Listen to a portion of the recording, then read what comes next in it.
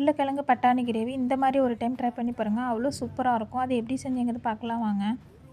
இதுக்கு 4 உருளைக்கிழங்கு குக்கரில் வேக வச்சு தோல் சீவி கட் பண்ணி வச்சாச்சு. பச்சை பட்டாணி, கொத்தமல்லி தழை, வெங்காயம், பச்சை மிளகாய் எல்லாம் கட் பண்ணி வச்சிட்டா.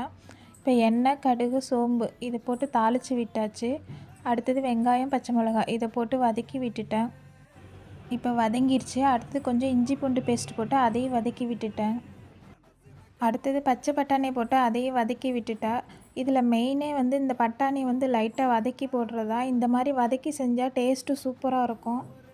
இப்போ வதங்கிடுச்சு. அடுத்தது 1 ஸ்பூன் தனி மிளகாத்தூள், 2 ஸ்பூன் குழம்பு மிளகாத்தூள் இதை போட்டு கேஸை சிம்மில் வச்சு லைட்டாக வதக்கி விட்டுட்டேன்.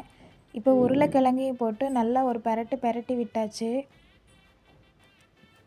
இப்போ தேவையான அளவு உப்பு போட்டு கொஞ்சம் தண்ணி ஊற்றி கொஞ்சம் மஞ்சத்தூளும் போட்டு கொஞ்சம் கிரேவி ஆகிற வரைக்கும் வேக விட்டுடலாம்.